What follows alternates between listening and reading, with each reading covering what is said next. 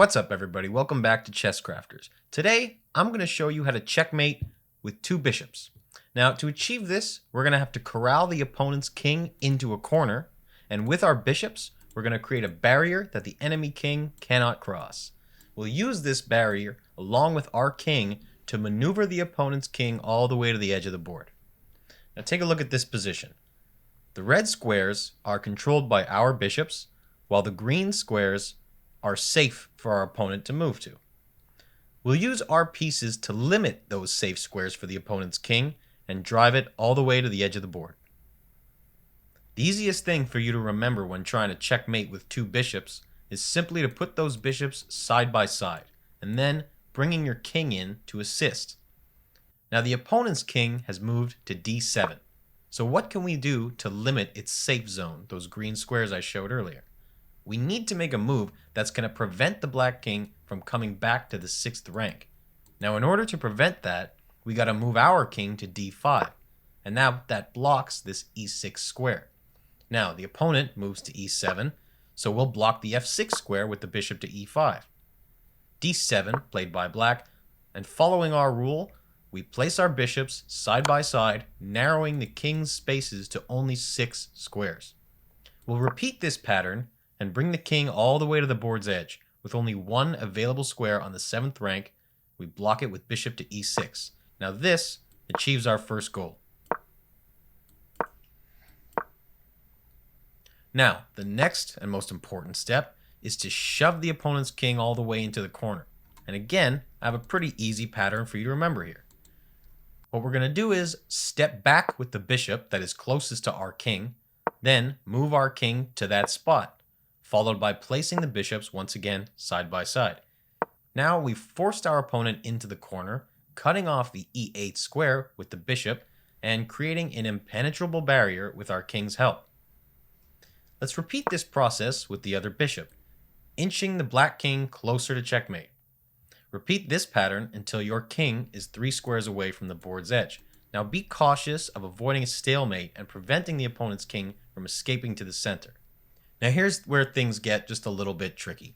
We really have to avoid a stalemate, and the best way to avoid that is making sure the king does not escape towards the center of the board. But how exactly are we going to do that? So, black's movements right here are limited to g8 and h8. To checkmate, the black king must be on h8 with no other available squares. So, we need our king on g6 to restrict the black king's movements, especially to prevent an escape here on h7. So let's make just a little bit of room for our king by moving one of our bishops away. It doesn't really matter where because of the bishop's long range of attack. As long as it stays on the same diagonal, it's going to have the same level of effectiveness, whether it's b1 or f5.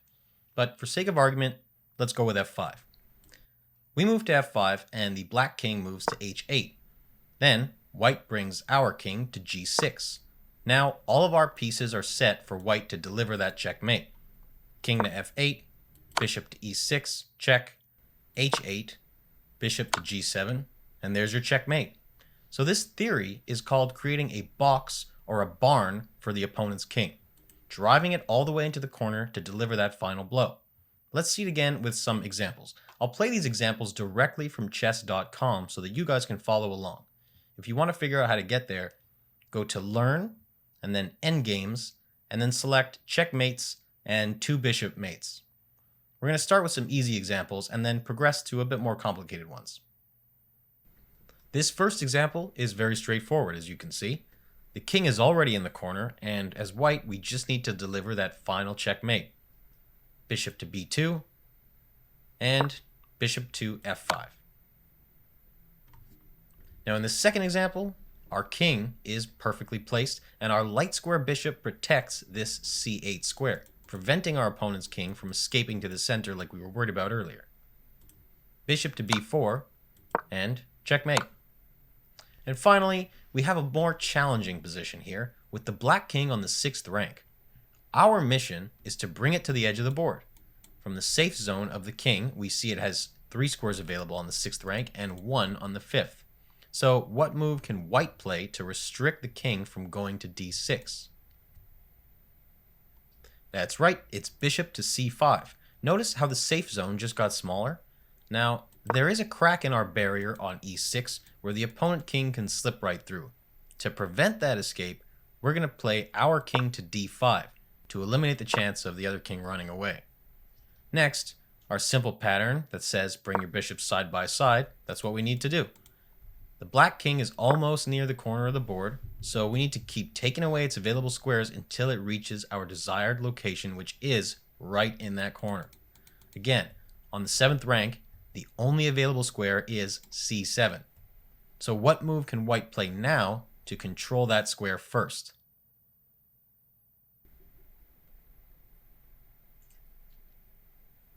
You guessed it, that's king to d6, and our first task is complete. Their king is stuck on the edge of the board. Now, what do we got to do? We got to bring it to the corner. The closest corner is a8, so let's choose that one. In order to do that, we've got to play bishop to b6. Now, it might seem dangerous here because the opponent's king just got closer to our bishop.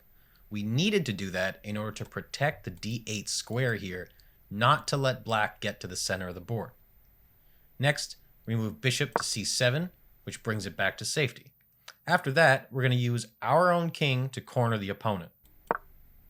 So, by moving our king right here to c6, we take away yet another square from the opponent. b7 is no longer an option for them. So, our opponent's king has finally reached the corner of the board. But how do we checkmate from this position? Now, we can observe that our pieces are not correctly placed to deliver that final blow. The opponent's king is on a8, which is a white square, but our light square bishop cannot deliver that checkmate because our king is in the way. So we just need to do a little shuffle around to make room for the bishop to come and win our game. But it's very dangerous here because it can easily blunder and create a stalemate by playing bishop to a6, trying to get your bishop to b7. Because after bishop to a6, king moves to a7, and then bishop to b7, that's going to be a stalemate. So how are we going to make room for our bishop while avoiding a stalemate and keeping their king locked in that corner that we tried so hard to push him to? We're going to start by moving the dark bishop away, because no matter where we move it to on that diagonal, it's still going to be effective by protecting the b8 square.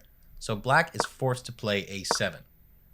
King to c7, our king takes out the responsibility of protecting that b8 square, which allows our bishop for a maneuver without permitting our opponent to escape. Another important aspect here that wasn't mentioned in the example is the importance of timing and not rushing things while you're playing white. We can observe that currently the black king is on the a8 square, and he currently has the a7 square available to move to. So in order for a checkmate to happen, you can already see that our opponent's king is not correctly placed on the board, because our checkmate move is bringing the bishop on the h1 a8 diagonal.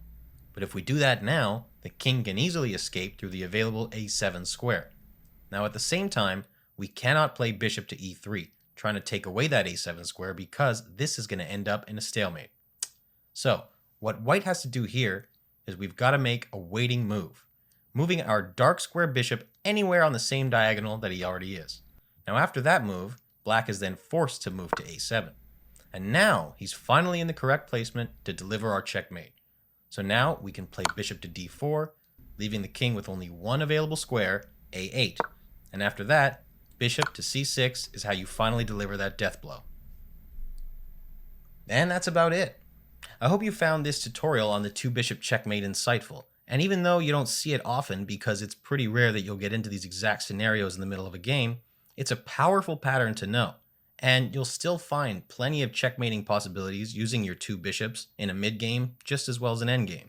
So stay curious, keep practicing, and may all your future games be filled with victorious checkmates. Once again, I'd love for you guys to like and subscribe to our channel if you enjoy our content, and please, if there's a video that you'd like to see us cover, comment down below and we'll add another video to our list. Thanks again.